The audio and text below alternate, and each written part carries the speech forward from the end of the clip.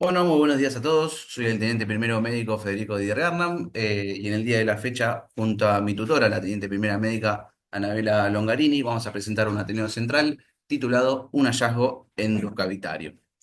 El protagonista del día de la fecha es un paciente masculino de 40 años de edad, de 1,72 m de altura, de 76 kilos de peso, un índice de masa corporal adecuado de 25,7, quien niega factores de riesgo y antecedentes cardiovasculares. A este paciente lo conocemos en enero de este año, fines de enero de este año, en la guardia médica de este hospital, el Hospital Militar Central, quien se presenta por la guardia médica con un cuadro clínico caracterizado por disnea, clase funcional 4, de aproximadamente 6 horas de evolución, asociado a dolor en puntada en el hemitórax derecho. El paciente tenía una clínica bastante florida, el paciente estaba sintomática, presentaba mucho dolor, le costaba una inspiración profunda. A la ocultación también el paciente presentaba hipoventilación en todo el campo pulmonar derecho, asociado a matidez, a la percusión en esa zona.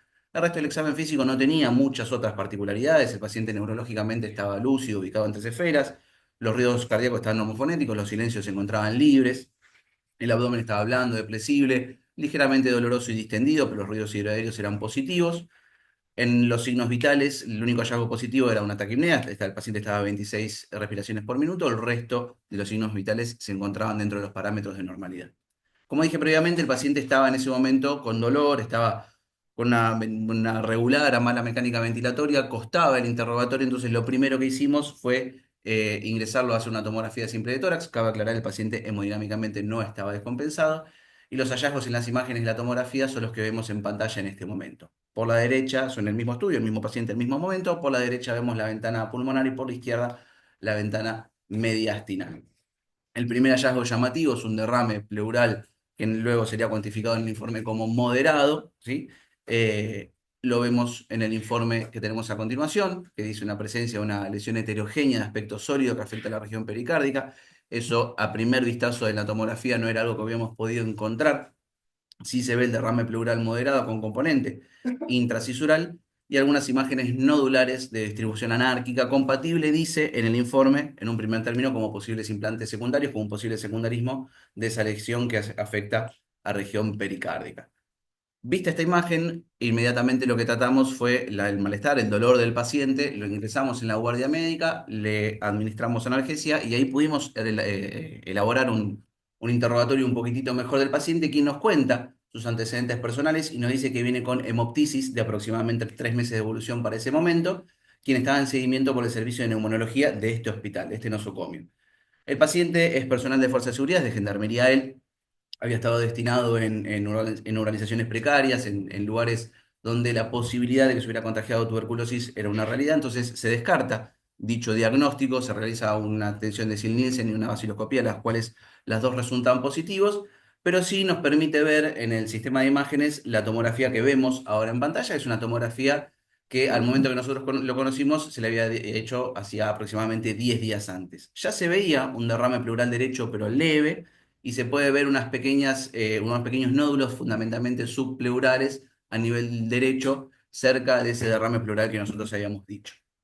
Como el servicio de neumonología había visto esta tomografía, al paciente le solicitan entonces una tomografía por emisión de positrones. Como dice ahí en la diapositiva, ya habían descartado el diagnóstico de tuberculosis y le piden una tomografía, un PET corporal total, para evaluar esos nódulos de distribución subpleural, la posibilidad de que sean nódulos hipercaptantes, que es una patología oncológica. Se hace entonces 4 días después, o sea, ya estamos hablando de 5 días antes de que nosotros lo conozcamos en la guardia médica, una tomografía por emisión de positrones, cuyo hallazgo positivo, lo estamos viendo en pantalla, es una hipercaptación a nivel de cavidades derechas. Fundamentalmente describe la tomografía del PET en aurícula y vena cava inferior. Ya en ese momento, como vemos en pantalla, también se veía un derrame pleural leve. Vemos el informe entonces de ese PET.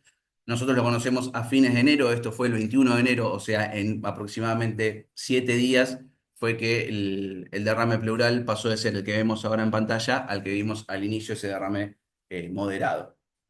Entonces el informe del PET nos habla de un tejido de alta densidad, heterogéneo e hipermetabólico, que compromete de forma extensa las paredes de las cavidades derechas cardíacas y la vena cava inferior. Ya entonces este paciente, con todo lo que habíamos encontrado, lo internamos aún en la guardia médica, lo evalúa el servicio de cirugía al ver fundamentalmente la sintomatología, pero además el derrame pleural de rápido crecimiento, decide inicialmente hacer una toracocentesis que obtiene una muestra más bien hemática y coloca un tubo de avenimiento pleural. Asimismo, el servicio de cirugía dialoga con el servicio de imágenes, quienes le sugieren realizar una tomografía por emisión una tomografía con contraste con protocolo para TEP. Se realiza dicho estudio y se termina dando hallazgo positivo. Se evidencia la falta de relleno a nivel de la arteria segmentaria anterior, de la arteria lobar inferior, un TEP pequeño que nosotros nunca lo interpretamos como el responsable de la descompensación o por lo menos de la sintomatología del paciente, pero sí vamos a rescatar como hallazgo positivo de dicha imagen, y lo vemos en pantalla en este momento. Al momento de tener el contraste endovenoso en cavidades derechas, podemos ver ahora por primera vez o con un poquito más de definición el compromiso de dichas cavidades con una masa que parece comprometer la aurícula derecha, la válvula tricúspide y el ventrículo derecho, acá por la derecha. No sé si todos lo logran ver en esta misma tomografía con un protocolo para TEP. Entonces, nos ponemos en estado de situación, tenemos un paciente con un hemotórax que tuvo requerimiento de avenamiento pleural, un tromboembolismo pulmonar de bajo riesgo y una masa ocupante de cavidades derechas cardíacas. Con todas esas situaciones se decide la internación en la unidad coronaria de nuestro hospital. Este es el electrocardiograma de ingreso, un electrocardiograma con ritmo sinusal, una frecuencia de un poquitito menos de 100 latidos por minuto, con un hemibloqueo, perdón, un bloqueo incompleto de rama derecha, el eje un poquitito desviado a la derecha, pero no ningún otro hallazgo significativo. Entonces, sobre los cuadros que encontramos en nuestro paciente, tuvimos que tomar algunas decisiones. Nosotros nos encontramos con un paciente con un hemotórax, con un drenaje pleural que lo venía siguiendo el servicio de cirugía de tórax, y un tromboembolismo pulmonar, el cual es de bajo riesgo y que no generaba ningún tipo de descompensación sobre el paciente. Entonces, sobre el mismo decidimos expectar la anticoagulación asociado, como decíamos, un hemotórax con un posible sangrado activo. Pero por otro lado, en el otro frente teníamos una masa hipercaptante, la cual a nivel de cavidades derechas y vena cava inferior, la cual debíamos seguir estudiando, y eso hicimos. A continuación, al día siguiente del ingreso, se hace un ecocardiograma transtorácico. Ya cuando hacemos ¿se puede ver ahí? Sí, se puede ver bien. Cuando hacemos una vista apical de 4 cámaras, rápidamente se encuentra el primer hallazgo. Vemos una masa que compromete, en esta primera vista, parece comprometer un gran porcentaje de las cavidades derechas, de aurícula derecha. Parecería inclusive insinuarse hacia el ventrículo derecho y por lo menos por detrás comprometer la válvula tricúspide. Logramos algunas mediciones de esa masa. Por la izquierda, por la derecha vemos animación y por la izquierda vemos el tamaño de la estructura, que mide casi 8 centímetros por 4 centímetros. Vemos acá, buscando en Doppler color por la izquierda, flujo por dentro de la estructura que habíamos encontrado, la cual no impresionaba tener el mismo, y por la derecha vemos flujo transtricuspidio, que empezaba a hablar de una pequeña estenosis. Por lo menos un poquito de compromiso en ese nivel. En el informe del ecocardiograma, obviamente, bueno, el paciente por suerte tenía función sistólica del ventrículo izquierdo conservada, pero el resto de los parámetros se enfocaron fundamentalmente en la descripción de la masa en la aurícula derecha, la cual se encontraba severamente dilatada, con la presencia que describimos previamente, esa masa de 4 por 8 centímetros. El ventrículo derecho también estaba comprometido, por lo menos en su función sistólica, y el pericardio, por suerte, se encontraba libre. La masa que vemos, como decíamos, atravesaba, por lo menos en el ecocardiograma transtorácico, impresionaba atravesar por detrás la válvula tricúspide. Para continuar estudiando este paciente, otro dato que arrojaba el informe del No te ecocardiograma transtorácico. informaban, perdón, Fede, Sí. no te informaban ahí el gradiente transtricuspidio, No, en el transtorácico no, y lo busqué, pero no. No, no. porque ese es un punto Sí. Hablé importante, ¿viste? con O el sea, operador y me dijo que inicialmente por lo menos tenía un compromiso leve, digamos. ahí lo que Hola, sí, porque, chicos, sí, perdón. Te cuento, nosotros le hicimos el ETE y Sí, no tenía estenosis tricuspidia. No se mirá, comportaba de manera estenótica, no era obstructiva al llenado la masa. claro. No, está bueno para todos, ¿no? Que cuando tenés una masa, estás valorando una estenosis ahí con el flujo que tenés a la derecha, en la imagen que estabas mostrando antes, en vez de hacerlo con pulsado, solo hacer directamente con continuo sobre el jet y ahí trazas todo un BTI, nada, ya es significativo en cavidad derecha cuando tenés más de 5 milímetros de mercurio de gradiente medio. Pero bueno, está bueno el dato de Sandra. perfecto. Sí, vos sabés que en cavidades derechas es 3 el gradiente, Buenísimo. pero sí. Sí, sí. Bueno, adecuadamente de la mano de lo que aportaban recién, lo siguiente fue a las 48 horas realizar el ecocardiograma transesofágico, que es el que vemos en pantalla en este momento.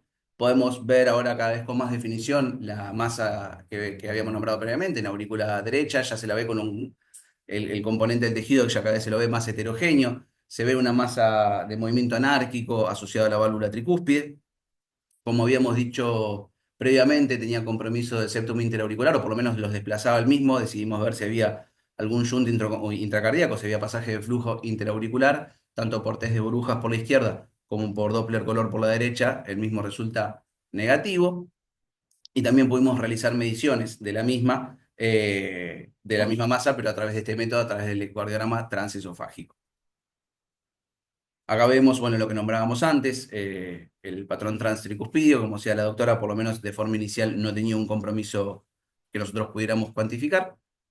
Y el informe también, en este caso, hace fundamental hincapié en la masa que habíamos encontrado, que en el informe del ecocardiograma transesofágico ya nos habla de una masa 85 por 49 milímetros, asociada a una extensión de la masa de aproximadamente 20 por 78 milímetros, sumamente móvil, multilobulada, perdón, y que prolapsa hacia el ventrículo derecho en diástole.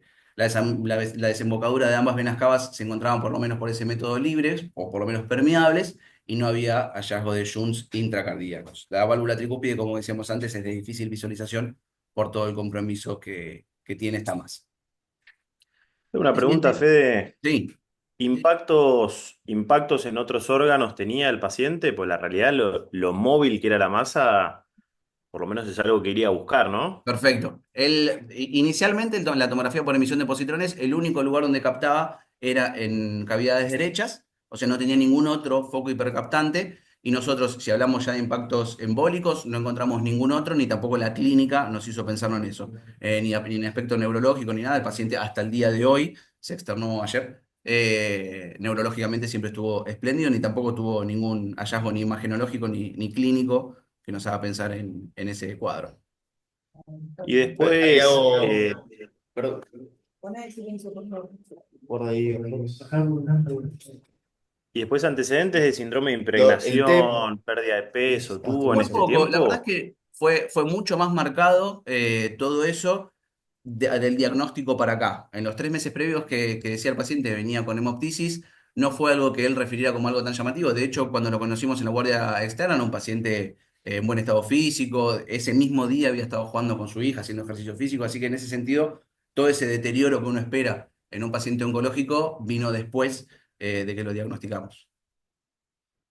algo que podríamos llegar a interpretar, quizás como, no sé qué pensás, como secundarismo, como embolismo de ese tumor, puede haber sido la trombombolia pulmonar que se le vio en un principio, que no sabíamos bien de dónde venía, eso por un lado sí es medio de... Y otra Y cosa quería preguntarte. Él creo que tiene impactos a nivel pleural, si no me equivoco. No sé si captó eh, ¿cómo se Eh, llama?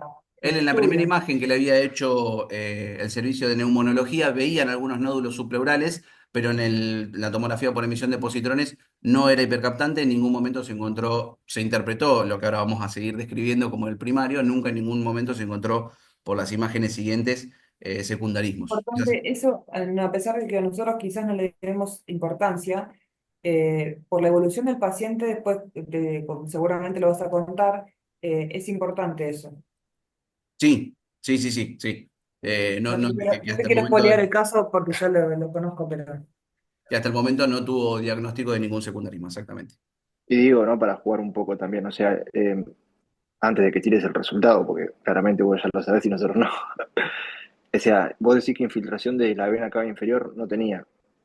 Por los métodos que nosotros fuimos viendo hasta el momento, por la tomografía de emisión de positrones parecía que sí, el ecocardiograma transesofágico no mostraba compromiso, se las mostraba permeables a las venas cavas.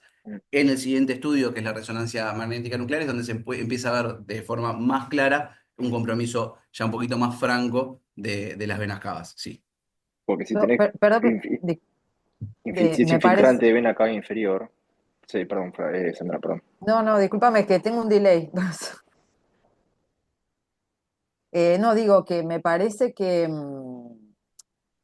habla de la progresión o el crecimiento de la masa, me parece Mm, eso, ¿no? Porque creo que nosotros cuando le hicimos el ETE nos enfocamos puntualmente en ver si no tenía un compromiso ni de la vena cava ni superior ni inferior, y creo que en la resonancia yo no la vi, pero me parece que ya ahí empezó a mostrar algo, sí. está Efectivamente, buenísimo eso, como dice la porque doctora, siempre, y adrede fui poniendo fechas, tal vez espero no nos hayamos perdido con eso, pero adrede fui poniendo fechas. Los estudios fueron realizados con 24 o 48 horas de separación cada uno del otro, y sí se pudo ver progresión en este sentido que nosotros decimos, en el tamaño de la lesión, en la progresión de las estructuras que iba invadiendo. Y sin ir más lejos, la resonancia cardíaca que se hizo 24 horas después del ecocardiograma transesofágico, que lo estamos viendo ahora en pantalla, ya podemos ver de la forma más definida que podemos el compromiso de la aurícula derecha, que compromete, podemos decir, aproximadamente 50-60% del espacio de la aurícula derecha, que se insinúa, como decíamos, por detrás de la válvula tricúspide y que inclusive se prolonga hacia el ventrículo derecho. Con el mismo estudio del mismo paciente, de distintos cortes y distintos tiempos, perdón, de la resonancia cardíaca, podemos ver el compromiso. Por la derecha vemos que la masa ya es de contenido heterogéneo, hablamos de una masa de rápido crecimiento, probablemente de contenido necrótico en el interior. Y por la izquierda vemos un poquito más detallado el compromiso de cavidades. Por la izquierda en este momento ya podemos ver el compromiso de la vena cava inferior. Ahora en pantalla podemos ver cómo va comprometiendo la vena cava inferior, por más que la misma permanecía permeable hasta donde podíamos podido ver en los estudios. Mismo paciente, distinto corte, mismo estudio, resonancia cardíaca en T1 y T2. Podemos ver el compromiso de cavidades derechas. Podemos ver el contenido heterogéneo de la masa por la derecha, fundamentalmente, la imagen de la derecha.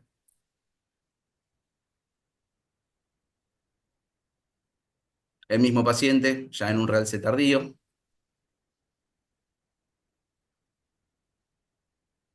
Y el mismo paciente nuevamente, el mismo estudio de la misma fecha. ¿puedes volver al T1, porfa? Sí,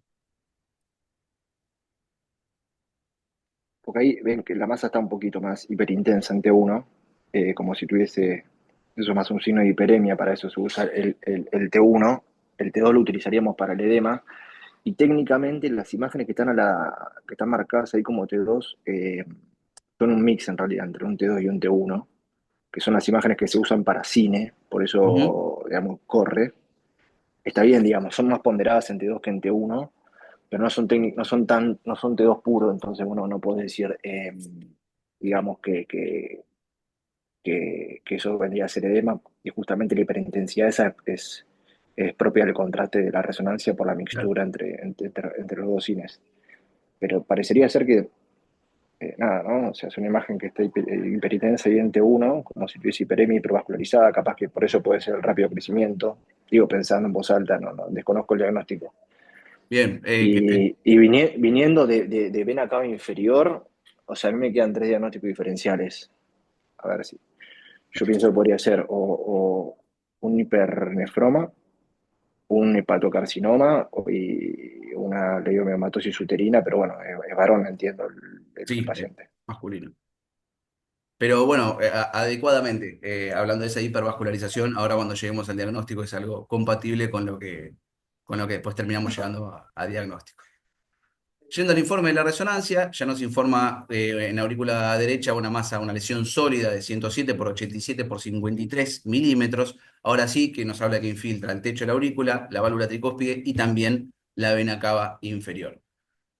Bueno, algo casi anecdótico, la función sistólica del ventrículo izquierdo es 55%, la función sistólica del ventrículo derecho la informaban como disminuida, y en primera instancia, a través por estas imágenes, se arriesga a dar el diagnóstico presuntivo de un angiosarcoma o un linfoma. Presentamos con todo esto al paciente, perdón, en Ateneo Clínico Quirúrgico, en Ateneo Interdisciplinario. Nosotros, el servicio de cardiología, presentamos al paciente. Se presenta también el servicio de cirugía cardiovascular, que por el compromiso de todas estas estructuras que nosotros estábamos nombrando en primera instancia, considera la masa como irresecable. El servicio de cirugía de tórax se acerca también al Ateneo, que ya lo venía seguimiento del paciente, por lo que habíamos dicho, tiene un tubo de alineamiento pleural por el hemotórax. Ellos dicen que por su parte, una vez resuelto el hemotórax, no tenía mucha más conducta con él. Sí se presentan también en el Ateneo el servicio de oncología y de anatomía patológica. El servicio de oncología apoya el tratamiento oncológico, pero que sería un menester, una buena idea realizar la toma de muestra para tener anatomía patológica y tipificar el tumor que nosotros estamos viendo. El servicio de anatomía patológica, entonces, se pone a disposición para el análisis de la muestra en quirófano. Con el resultado entonces de este Ateneo, se decide hacer una toma de muestra de una biopsia, de la biopsia intracardíaca en la sala de hemodinamia de nuestro hospital. Con apoyo ecocardiográfico, con el ecocardiograma transesofágico, asistido al mismo tiempo que se hace el cateterismo, la fluoroscopía, vemos en pantalla entonces cómo obtenemos la toma de muestra. Por la izquierda el apoyo ecográfico con el ecocardiograma transesofágico y por la derecha la fluoroscopía. Vemos ya el catéter de toma de muestra ingresando en la muestra. En la siguiente diapositiva se puede ver un poquitito mejor. Se ve de forma clara aquí, no sé si lo pueden ver en pantalla lo que estoy señalando, el catéter tomando la muestra y por la derecha el mismo catéter pero por fluoroscopía. Algunas imágenes además del procedimiento. Por la izquierda vemos las aproximadamente 5 o 6 muestras que podemos obtener. Por la derecha la pinza con la muestra. Y la anatomía patológica nos informa un tejido muscular con escasa proliferación fusocelular, con algo de anisocitosis, perdón, y anisocoriosis, positivo para ML y CD34, lo que favorece en primera instancia por lo menos el origen vascular y se interpreta como un angiosarcoma, el tumor que tenía nuestro paciente. Entonces, en ese momento, a través del servicio de oncología, se inicia tratamiento quimioterápico, se decide en primera instancia comenzar con paclitaxel. Inicialmente tal vez hubiera sido un poquitito, o se esperaba que pudiera responder mejor a antraciclinas, pero por la cardiotoxicidad de dichas drogas, que justo este tumor comprometía cavidades cardíacas, se decide ir por paclitaxel porque tenía un perfil con menor riesgo de cardiotoxicidad. Esto ya habíamos llegado para el momento en que inicia quimioterapia a mediados de marzo de este año, perdón, a mediados de febrero de este año, y en abril de este año, hace aproximadamente 2 semanas, el paciente tiene una nueva internación por el servicio de clínica médica. En el medio entre que se fue de alta y esto hizo esta nueva internación, el paciente llegó a hacer 3 ciclos de quimioterapia con paclitaxel. En esta nueva internación, el paciente reingresa por hemoptisis asociado a fiebre de 2 semanas de evolución. En ese contexto, la hemoptisis se estudia, se trata de buscar el origen, por lo tanto se decide el ingreso de hemodinamia, donde se encuentra sangrado de la arteria bronquial derecha, la cual se emboliza, y se solicita valoración por el servicio de cirugía de tórax, pues el paciente donde había tenido la colocación del tubo de venamiento pleural tenía una lesión flebótica, se hace una ecografía de piel y partes blandas donde se ve una colección purulenta en la zona del implante del tubo de venamiento pleural y se drena con buenos resultados la colección purulenta. El paciente no es relevante para lo que estamos presentando, pero siendo que lo conocemos todos, tal vez vale la pena nombrarlo.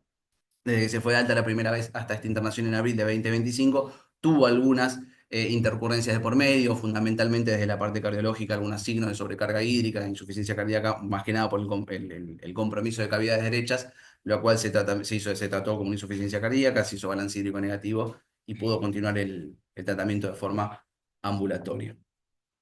Entonces, en el contexto también sacándole un poquito de provecho a esta internación de hace pocos días, luego de 3 ciclos de tratamiento con paclitaxel, el servicio de oncología solicita hacer un nuevo ecocardiograma control para ver la respuesta del tumor a dicho tratamiento. Este ecocardiograma se hizo la semana pasada, o sea, a principios de mayo. Vemos rápidamente ya en la vista apical la presencia, la persistencia del tumor que ya conocíamos. Rápidamente uno podría ver que no hay una respuesta generosa, por lo menos del tratamiento quimioterápico. Procedemos a medir la estructura, que vemos que tiene casi 9 centímetros por casi 4 centímetros. Ahora sobre el final hacemos una imagen comparativa. Fede, te hago una pregunta. Sí. O sea, el plan de lo que se definió en Ateneo era hacerle onco para ver si podía hacer una eventual cirugía, o siempre se lo consiguió irresecable, o no? ¿Qué definieron con eso? Nunca, por ahora el paciente nunca salió del criterio de irresecabilidad, perdón, qué palabra difícil. Por ahora nunca el paciente se lo planteó como un paciente que se lo pudiera operar. Ok, buenísimo. Eh, Continuando entonces, vemos, sí, Disculpame, te interrumpo. sí. Yo Acá lo creo tengo al doctor que Nausteni del servicio de oncología, que también le gustaría hacer una intervención. Hola, buen día. dos ¿Cómo andan? No, yo lo que quería justo comentar eso. Este paciente es irresecable de inicio, ya tenía compromiso en la pleura y generalmente cuando los pacientes buscamos una cirugía, buscamos que queden en RC, o sea, que queden libres de enfermedad y este paciente nunca se buscó la cirugía, ni tampoco se buscó un criterio de resecabilidad, ni tampoco un tratamiento neoadyuvante para disminuir la masa tumoral. Así que acá lo que se hizo fue un tratamiento de primera línea con quimioterapia para ver respuesta, que no hubo buena respuesta, pero tampoco hubo, ¿cómo explicar?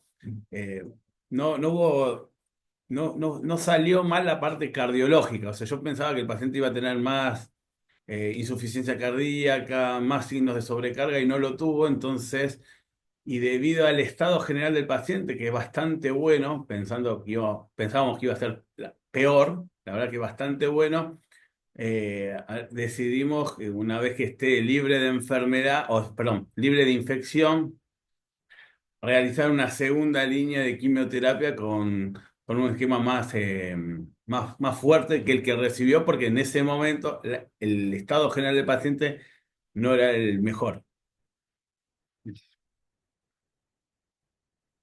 Perdón, la doctora Samar, creo que quería aportar algo.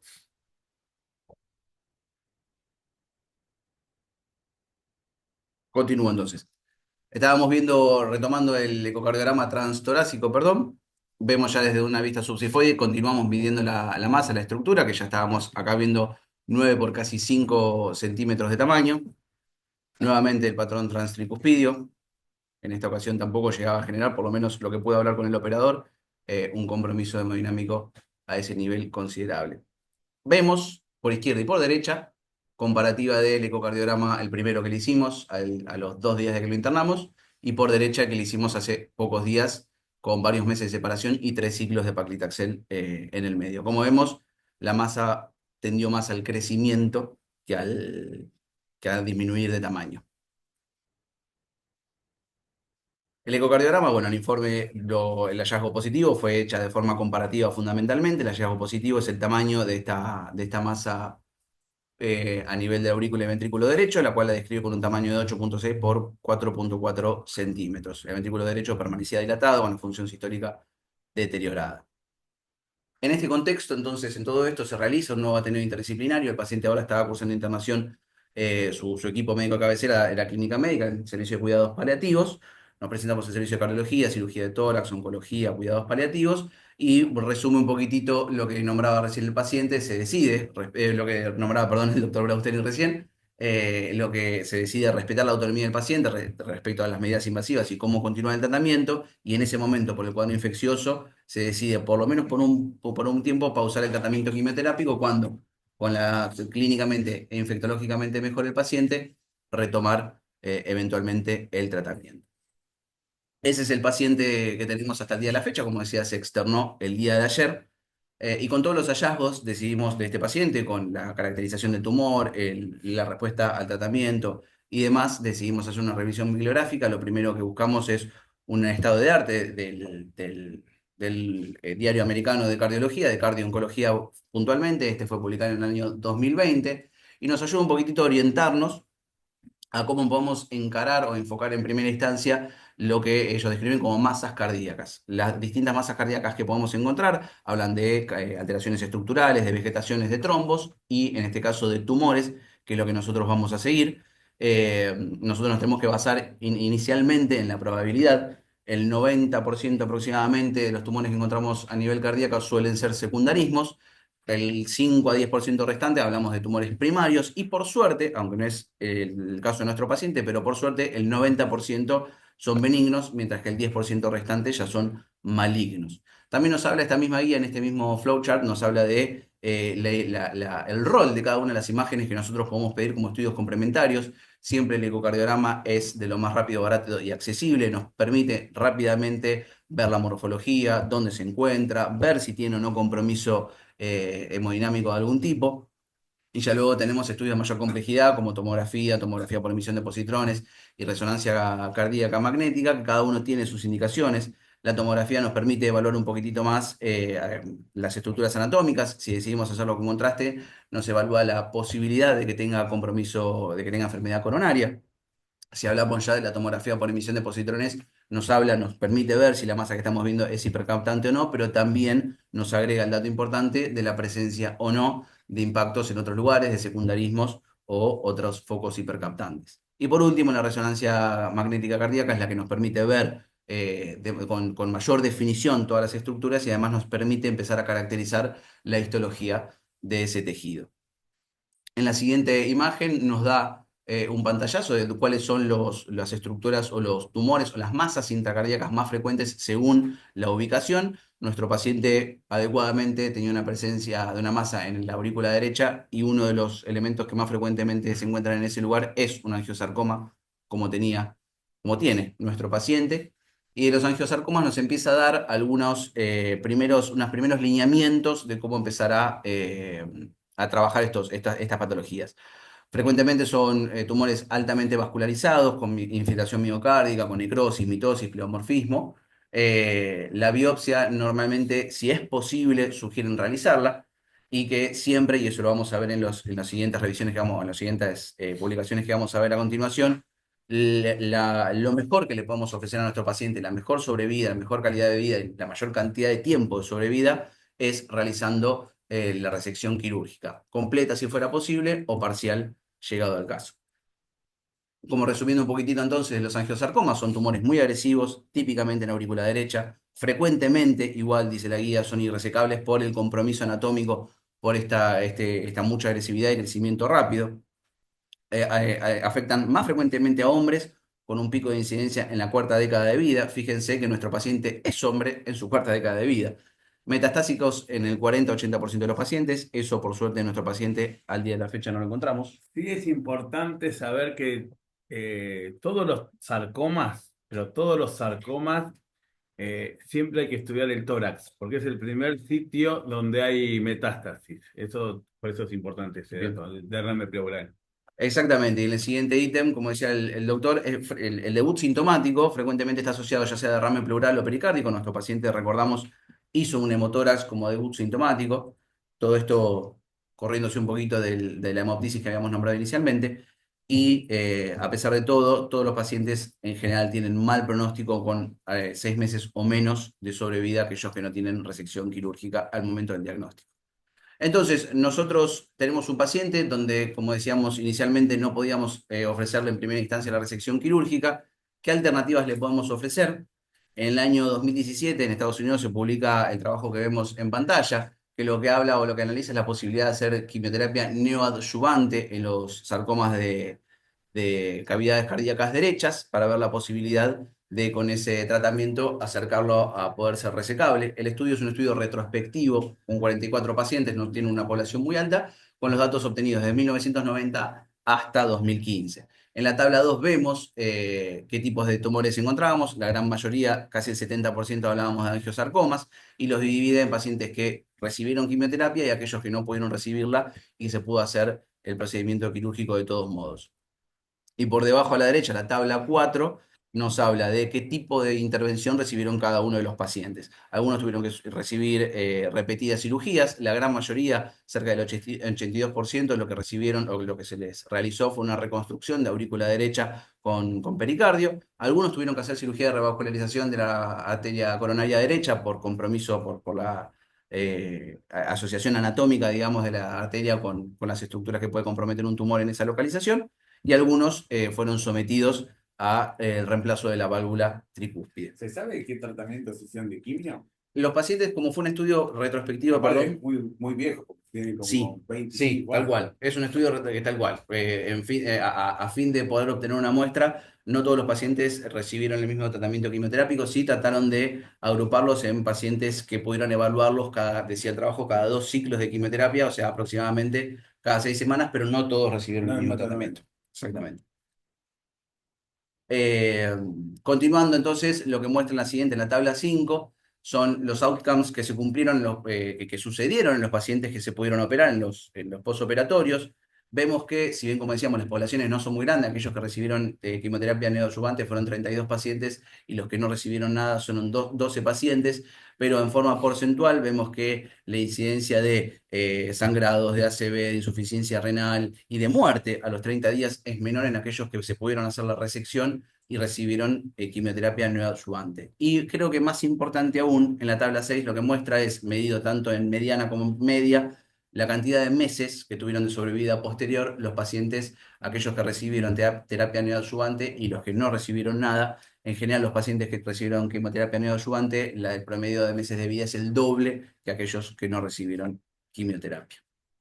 Entonces, esto nos hace aún más pensar que siempre y cuando el paciente tenga la capacidad de tolerar el tratamiento quimioterápico, la neoadyuvancia, según esta publicación, sería una opción válida, y siempre pensando más que nada en la sobrevida del paciente y tratar de hacer el intento de darle lo que mejor le podemos ofrecer, que es la cirugía. Y ahora hablamos, entonces, tenemos un paciente que no lo podemos afrontar una cirugía. ¿Qué otra alternativa podemos ofrecer? Hay un reporte de caso que se corre un poquito en realidad de lo que nosotros encontramos en nuestro paciente, pero que evalúa la posibilidad también de asociar terapia de rayos al tratamiento del paciente. Este es un reporte de caso en Estados Unidos, un paciente en el 2020 se publica, un paciente de 26 años, que viene con el diagnóstico, se diagnostica angiosarcoma en un contexto donde el paciente estaba comprometido hemodinámicamente, o sea, estaba teniendo repercusiones hemodinámicas ese tumor. Entonces se decide la cirugía de urgencia, fundamentalmente apoyarnos en ese compromiso hemodinámico. Inicialmente no se logra una exéresis completa, no se logran los márgenes libres, como decía recién el doctor, se logra una exéresis R1, quedan algunas muestras, algunas células neoplásicas alrededor de donde se logra hacer la exéresis, y se inicia consecuentemente el tratamiento con radioterapia y quimioterapia. La imagen que ven en pantalla es de este paciente que estamos hablando, de la publicación. Se puede ver en la flecha azul la masa que estamos describiendo. El paciente se había presentado con derrame pericárdico, que se ve, digamos, referido con la estrella azul. Y en la flecha roja vemos la adherencia a la pared posterior de la aurícula derecha del tumor de este paciente en particular. El paciente inicia entonces, después de esa exéresis R1, radioterapia con terapia de rayos de protones, asociado en este caso sí, nos informa que fue con paclitaxel por 7 ciclos, para luego rotar a gemcitabina y docetaxel, por 3 ciclos. A las 18 semanas, asociado a todo esto, como decía, a terapia de rayos. A las 18 semanas de completar el esquema y, siguiendo la línea de tiempo, a las 27 semanas del procedimiento quirúrgico, el paciente en el momento de la publicación permanecía en remisión. Como decíamos, este reporte de caso nos da la sugerencia, poder pensar que la terapia de rayos podría ser una alternativa, pero como decíamos, este paciente se diferencia un poco del nuestro porque algún tipo de exéresis a este paciente se le pudo realizar en el contexto entonces de una cirugía de urgencia por el compromiso hemodinámico de este reporte de caso. Hablando un poquito de las conclusiones de lo que aprendimos de este paciente, los tumores cardíacos, fundamentalmente los primarios, y más si hablamos de un angiosarcoma, es una patología con poca incidencia, de poca frecuencia, lo que limita el caudal de pacientes que uno se puede encontrar, y eso disminuye los pacientes en los que uno puede estudiar para evaluar las distintas alternativas terapéuticas que puede ofrecer. También los angiosarcomas, al ser mucho más frecuente en compromiso de cavidades derechas, eso genera que la presentación sintomática sea un poco más tardía que sin comprometer a cavidades izquierdas, lo que desencadena que el diagnóstico sea ya más tardío en una enfermedad más avanzada y con probablemente más compromiso sistémico del paciente, y que hasta todo lo que pudimos lograr al día de la fecha, el pronóstico para estos pacientes sigue siendo malo, siendo el promedio de sobrevida desde el momento del diagnóstico de aproximadamente 6 meses. Muchísimas gracias para todos los que prestaron atención y todos sus aportes. Damos inicio a todas las preguntas, dudas y todo lo que se quiera agregar sobre la charla.